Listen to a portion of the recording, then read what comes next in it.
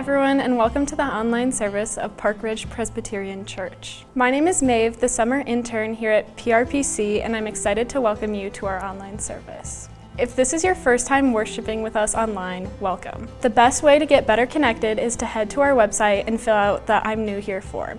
You can find that at parkridgepresby.org/getconnected. If you haven't already subscribed to our YouTube channel, you can do that and see the latest student mission trip interview. Thank you for making the time to worship today. Pastor Amanda is sharing today's message, and the band will lead us in worship. We hope you find what you need here today.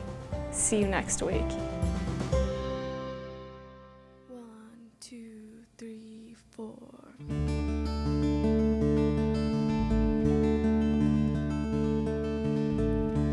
I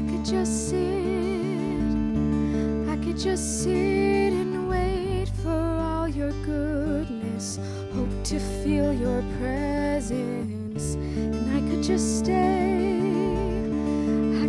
stay right where I am and hope to feel you, hope to feel something again.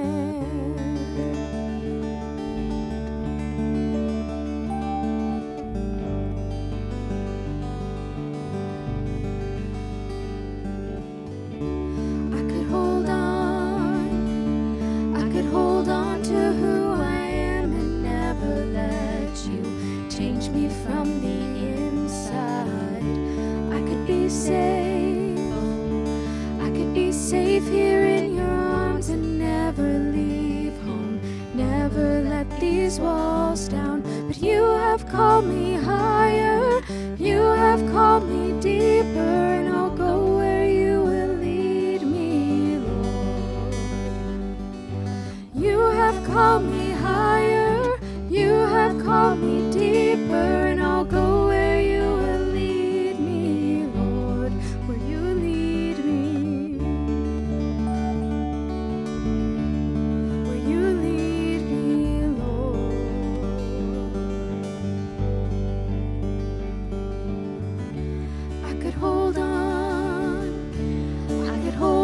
To who I am and never let you change me from the inside. I could be safe here in your arms and never leave home, never let these walls down. But you have called me higher, you have called me deeper, and I'll go where you will lead me, Lord. You have called me higher, you have called me deeper, and I'll go where you will lead me, Lord, where you lead me.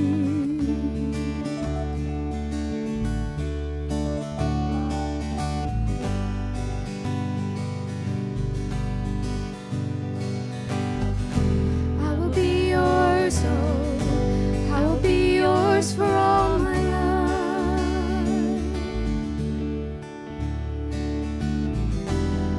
Be yours, oh, I will be yours for all my life. I will be yours, oh, I will be yours for all my life. So let your mercy, I will be yours, Lord, and I will be yours for all my life. So let your mercy light the path before me, 'cause you have called me higher, you have called me deeper, and I'll go where you will lead me, Lord. You have called me higher, you have called me deeper, and I'll go where you will lead me, Lord. You have called me higher, you have called me deeper, and I'll go where you will lead me, Lord. You have called me higher, you have called me deeper, and I'll go where you will lead me, Lord, where you lead me.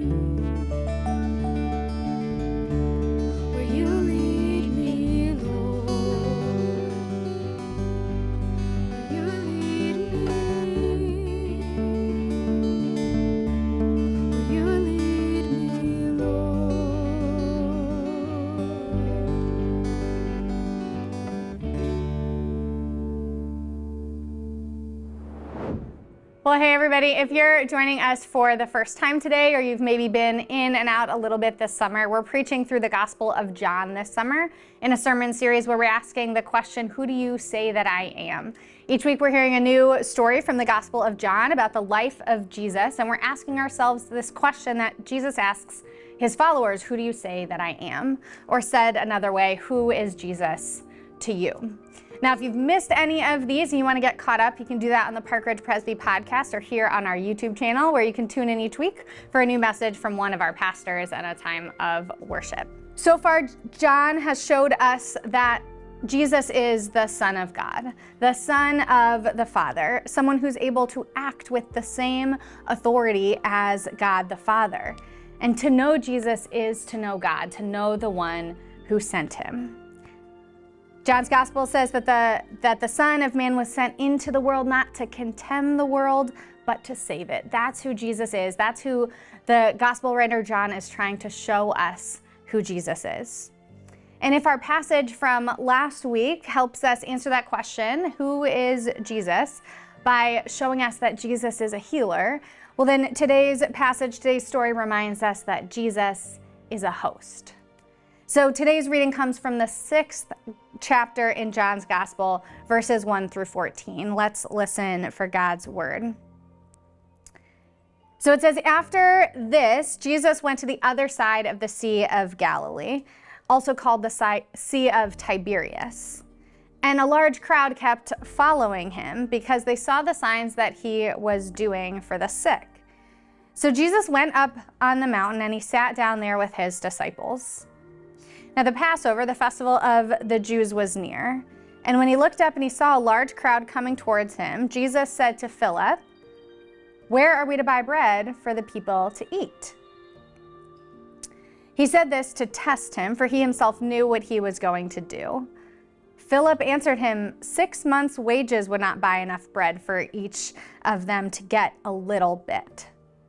So one of his disciples, Andrew, Simon Peter's brother, said to him, "There's a boy here. He's got 5 barley loaves and 2 fish.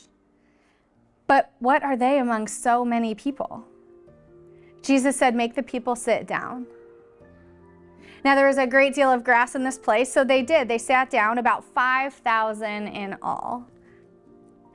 Then Jesus took the loaves, and after giving thanks, he distributed them to those who were seated. And he did the same with the fish, as much as they wanted. When they were satisfied, he told the disciples, "Gather up the fragments left over so that nothing may be lost." So the disciples gathered them up, and from the fragments of the 5 barley loaves left, those who had eaten, they filled 12 baskets. When the people saw the sign that he had done, they began to say, "This indeed is the prophet who has come in to the world." Now, if you have spent some time around churches, or maybe even not, this is a popular story in our scripture tradition. It's often called the feeding of the 5,000, when Jesus is able to make just 5 loaves of bread and 2 fish somehow last enough to feed these 5,000 people who had been following him, and not just to have a little bit, but to be full, to have as much as they wanted, and then to have some left over to fill 12 baskets. This feeding of the 5,000 story is a well-known one. Now, when Jesus saw that large crowd heading his way, he could have climbed even farther up that mountain. Faced with that many people coming to find him, coming to need something from him, wanting something from him, he could have turned his back on them. He could have walked away. Now, isn't that what we do sometimes when we feel overwhelmed by the needs of others? When we don't feel like we have enough to offer, we often pull back into a place of safety and self-preservation. We often pull away from the neediness of others, but that's not what Jesus does. Jesus sees the need of the crowd, these people who are going to need something to eat, and he isn't overwhelmed. Jesus approaches those in need. Once everything had been gathered and prepared, Jesus gives thanks for the food before them, and he starts serving them as guests. Jesus acts as any traditional Jewish host would, preparing for, giving thanks for, and serving his guests. The author of John's Gospel makes it clear that Jesus is the host of this miraculous meal, keeping Jesus at the center of this story as the one who serves the crowd until everyone has had their fill. Hosting is something that I think this church, this congregation, this community tends to be pretty good at. I think about our friendly greeters on a Sunday morning. Every new person to come to our church talks about how nice everyone is. I think about our greeters. I think about our coffee volunteers who make sure the coffee is on and hot for the earliest people who show up on a Sunday morning. I think about our Memorial Day barbecue, this big block party we throw for our neighbors every year. But most of the time when I think about how we host, I think about how we host Sunday night suppers. Sunday night suppers is a shared community meal. It was started by the churches in Park Ridge several years ago, and right now it is hosted. It happens in our building, and we co-host that with St. Mary's Episcopal Church down the road from us. And it's fun to get to talk about Sunday night suppers today on the same day where we're celebrating and sending off our summer intern, Maeve Kostick, because it's through our co-hosting partnership with St. Mary's that Maeve came into my life and into our church community. Sunday night supper, since it began back in 2009, it has strived to serve its guests like Jesus would serve guests. And we do this in a few ways. We do this by preparing a dining room with tables and chairs, with real tablecloths and centerpieces like you might have in a banquet hall. Many groups prepare homemade meals for our guests as if they were dining in their own homes. And every night there is a moment of gratitude. We lift up our gratitude for the food that's been brought in, for the hands that have prepared it, for the hands and people that are there to serve it.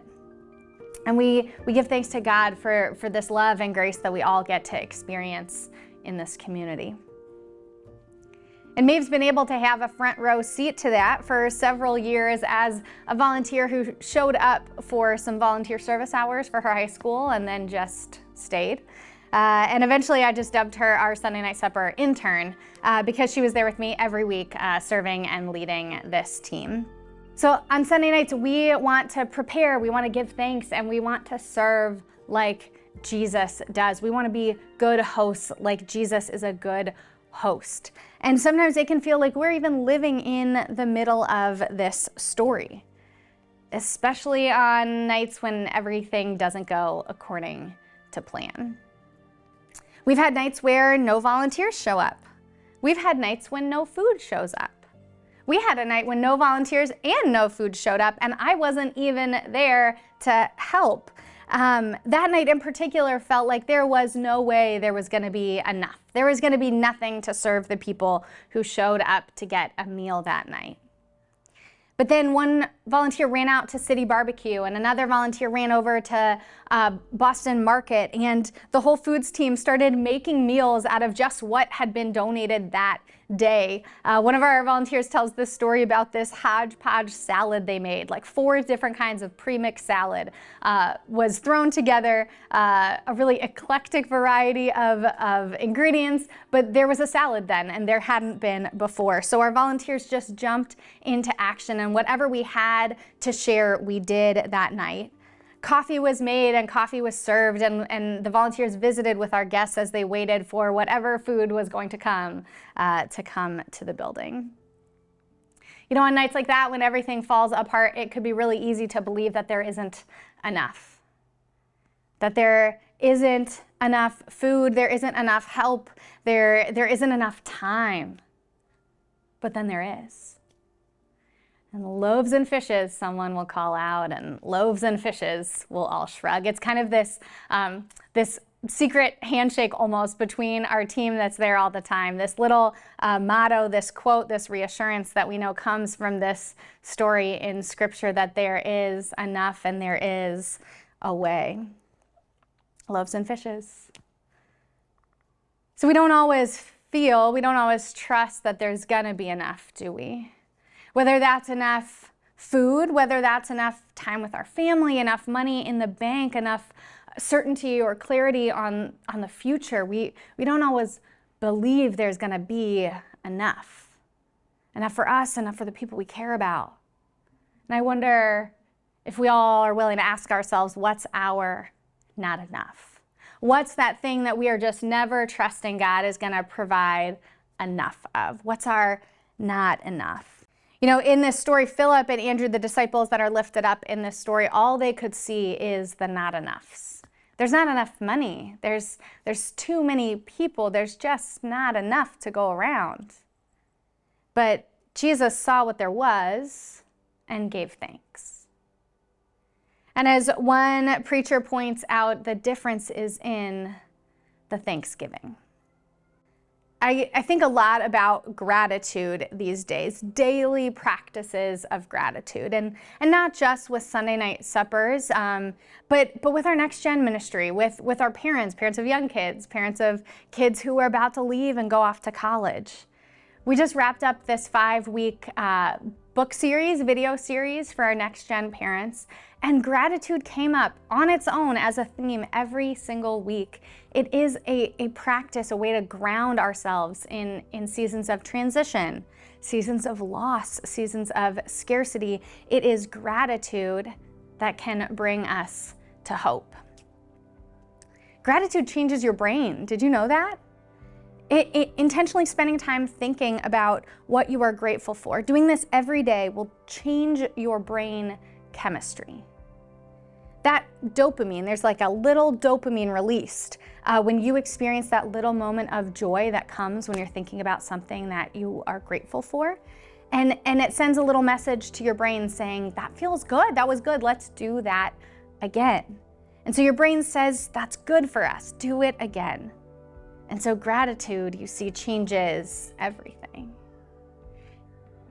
And I'm reminded of that week after week with our guests at Sunday night suppers. You would think, you might assume that based on all their various challenges, their physical disabilities, their chronic illness, their language barriers, their food insecurity, that our guests, that they would have plenty of not enoughs to keep them down. But week after week, it is actually in their generosity to one another, in their generosity to us, our volunteer team, that their gratitude is what's always in front of them. It's their appreciation for what is done that reminds me that God is working out something much bigger, working out something much holier every time we share a meal on Sunday nights. What is happening on the side of this mountain in our gospel story today has so much more to do with than just food. Jesus sees an opportunity to meet a physical need, but the sign this meal represents is about so much more than food and physical needs.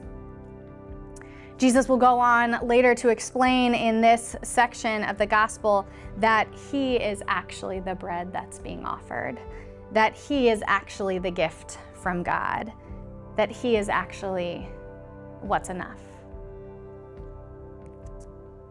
If you're still trying to figure out who this Jesus is, I hope at least this story gives you confidence that it's our God who doesn't break away from our need, but enters into it. That it's our God who teaches us to give thanks in the midst of struggle. That Jesus is, in fact, our God who is always enough. Hope you'll come back with us next week for another message in this series where we can keep asking ourselves that question. Who do you say that I am? Amen.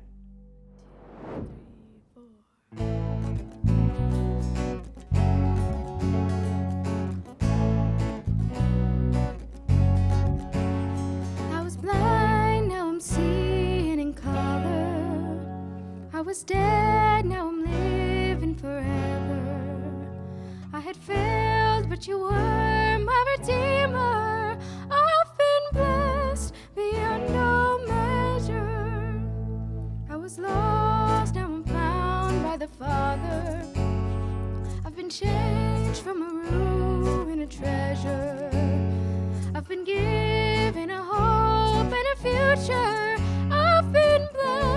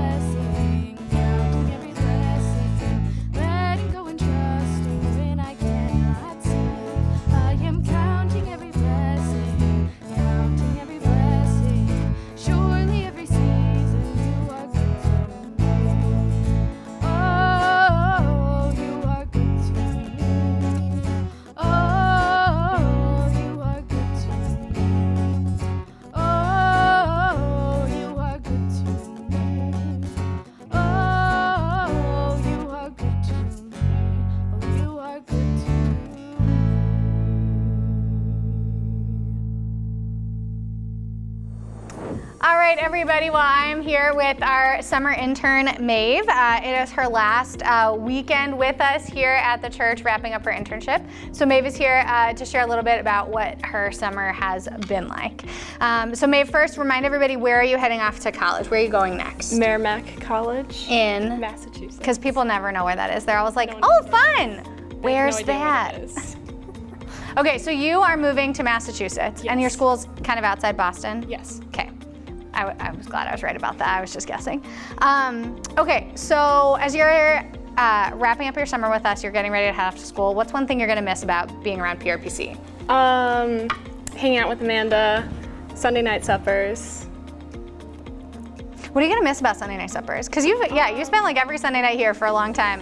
What are you gonna miss the most about getting to be a part of something like that? Interacting with the guests and the volunteers and helping them out. Yeah.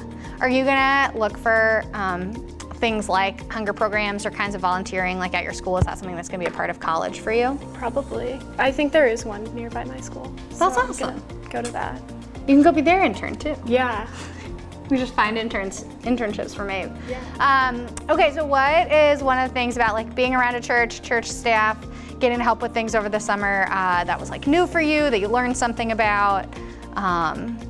Yeah, just what's something that stands out from this internship summer? I think working with the youth group and like being around kids, because that's not something I normally do, unless I'm like babysitting. Yeah. But I think that was new for me. That was fun and exciting.